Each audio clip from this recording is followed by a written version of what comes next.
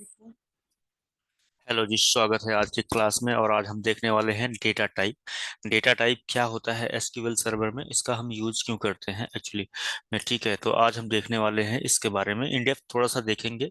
और उसके बाद जो है देखते हैं कि कौन सा डेटा टाइप कब यूज किया जाता है और किसका क्या यूज होता है डेटा टाइप में।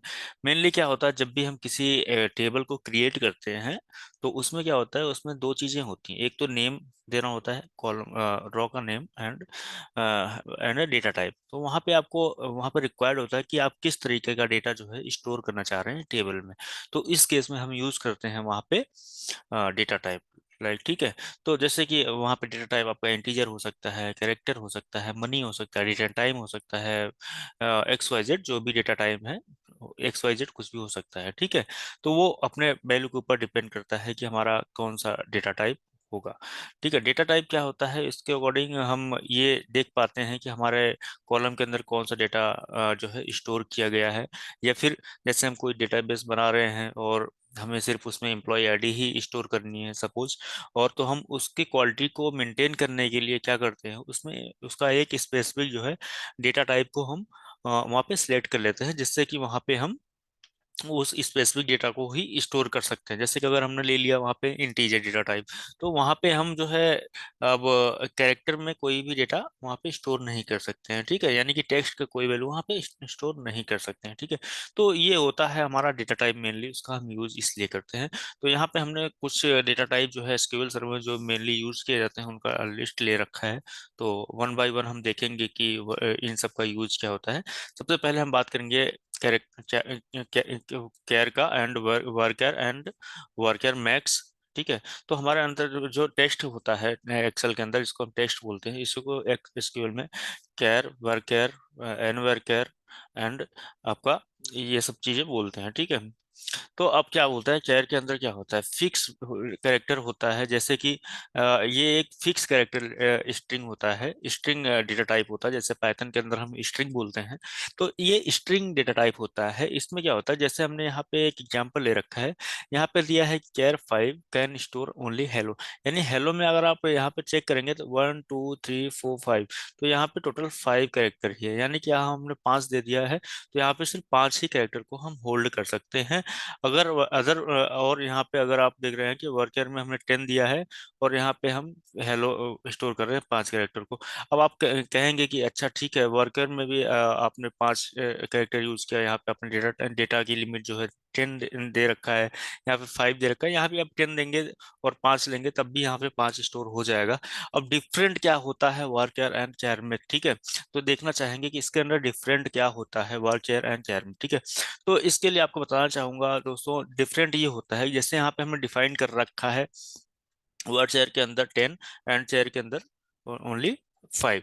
तो इसमें क्या है, अगर मान लो हम दोनों में 10 डिजिट लेते हैं और स्टोर करते हैं 5 5 डिजिट का अपना डेटा, तो उसमें क्या करेगा वो, उसमें जो भी जैसे हमारा वर्कर जो है उसमें ये होगा कि हमारा जो भी मतलब जैसे कि ये 5 कैरेक्टर ही स्टोर हो रहा है, तो 5 स्पेस को ये रिलीज कर देगा। बट इन केयर के केस में क्या होता है कि केयर क्या करता है, अगर आपने डेटा लिमिट 10 दे दिया है और वहां पे आपने स्टोर किया है ओनली 5 कैरेक्टर, तो वो क्या करेगा, वो कोई भी स्पेस जो है रिलीज नहीं करेगा, वो सारा का सारा 10 जो है 10 स्पेस जो है वो ऑक्यूपाई कर लेगा। यानी कि आपका क्या होगा, जैसे कि आपने वर्कर में 10 दिया, तो इसमें आपने 5 ही कैरेक्टर लिया हेलो, तो ये 5 ही कैरेक्टर को, 5 ही स्पेस को जो है ऑक्यूपाई करेगा, बाकी के स्पेस को वो रिलीज कर देगा। ठीक है, और इसमें कैर में क्या होता है, ये जो है जितना भी आपने डेटा डेटा के लेंथ वहाँ पे डिस्क्राइब कर दिया, लाइक आपने 10 दे दिया,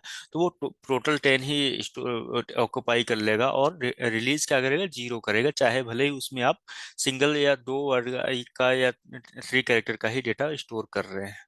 ठीक है, अब इसमें होता है क्या कि वर्क या एन का मतलब है कि इसमें आप कितने नंबर आप दे सकते हैं। जैसे कि एग्जांपल में आप देख सकते हैं, यहाँ पे एक होता है वर्क या मैक्स होता है, जिसमें हम क्या करते हैं, लार्ज अमाउंट ऑफ डेटा होता है उसके लिए हम यूज करते हैं। टेक्स्ट क्या होता है, टेक्स्ट का यूज एक्चुअली करते हैं कि कोई भी स्ट्रिंग है, large data, very large data है, तो उसको हम यूज करते हैं। जैसे हो गया कि text can store a novel, novel को भी इस टेक्स्ट के अंदर हम स्टोर कर सकते हैं। अब जैसे कि था यहाँ पे char, varchar and varchar max. तो यहाँ पे आ गया N N N char and N varchar, ठीक है, एन varchar एन केयर। ठीक है, तो इसमें क्या होता है एन varchar में एंड एन एन केयर में, इसमें क्या है, जैसे ये भी सेम है जैसे हमारा केयर था, फिक्स लेंथ यूनिकोड इसमें होता है। यानी कि क्या है, इसमें हम जो है स्पेशल कैरेक्टर को स्टोर कर सकते हैं। ठीक है, तो एन वर्केयर में क्या होगा, इसमें हम जो है स्पेशल कैरेक्टर को स्टोर कर पाएंगे, बाकी जो डिफरेंस था वही सेम डिफरेंस रहेगा, इसमें हम स्पेशल कैरेक्टर स्टोर नहीं कर पाते हैं। तो बुलियन एक डेटा टाइप होता है हमारे अंदर, जिसमें हम ट्रू और फॉल्स में डेटा को स्टोर करते हैं। ठीक है, और टीन इंट होता है जिसमें को हम 0 से लेकर 255 के बीच में कोई भी डेटा स्टोर कर सकते हैं। ठीक है, और उसी तरीके से हमारा होता है स्मॉल इंट होता है, जिसको माइनस से लेके आप प्लस में आप जाके वहाँ पे डेटा जो है स्टोर कर सकते हैं। यहाँ पे लिमिट दे रखी है, इसको हम डिस्क्रिप्शन बॉक्स में डाल देंगे, तो आप अच्छे से गो थ्रू कर पाएंगे।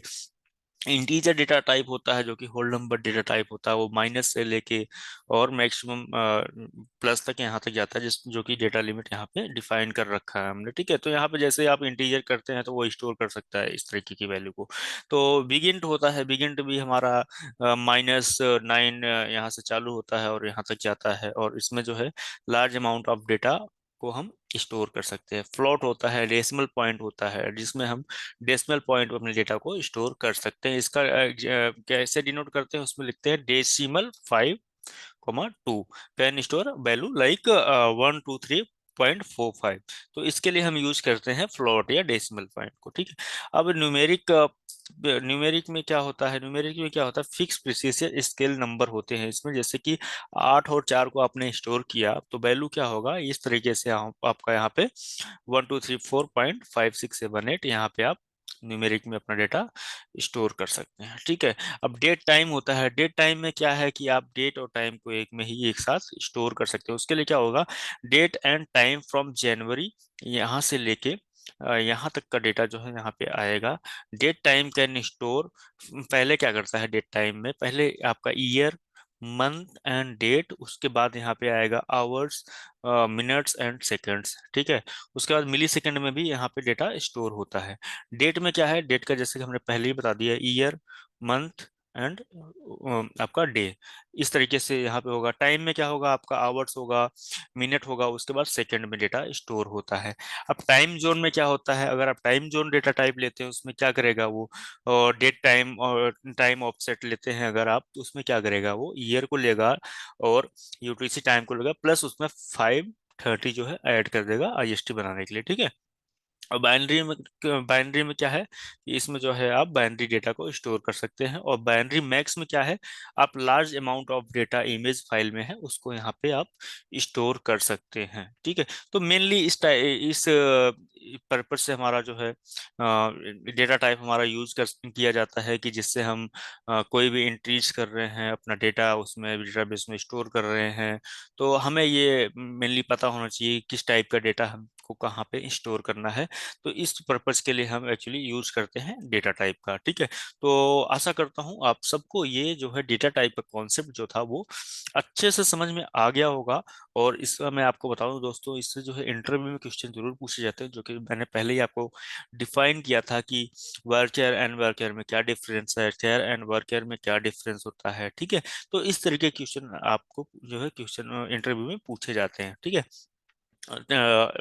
आशा करता हूँ, उम्मीद करता हूँ और आपको बताना चाहता हूँ कि ये जो भी अभी जो हमारा ये था data type in SQL server, आप लोगों को अच्छे से समझ में आया होगा। और आगे मिलेंगे नेक्स्ट क्लास में, टिल देन आप जो भी प्रीवियस वीडियोस हैं उनकी प्रैक्टिस कर लीजिए और एंड टू एंड क्लास का बने रहिए, साथ ही साथ आप एसक्यूएल जो है कम समय में सीख पाएंगे। ठीक है, टिल देन थैंक यू दोस्तों, मिलते हैं न्यू टॉपिक के साथ न्यू वीडियो में। Thank you.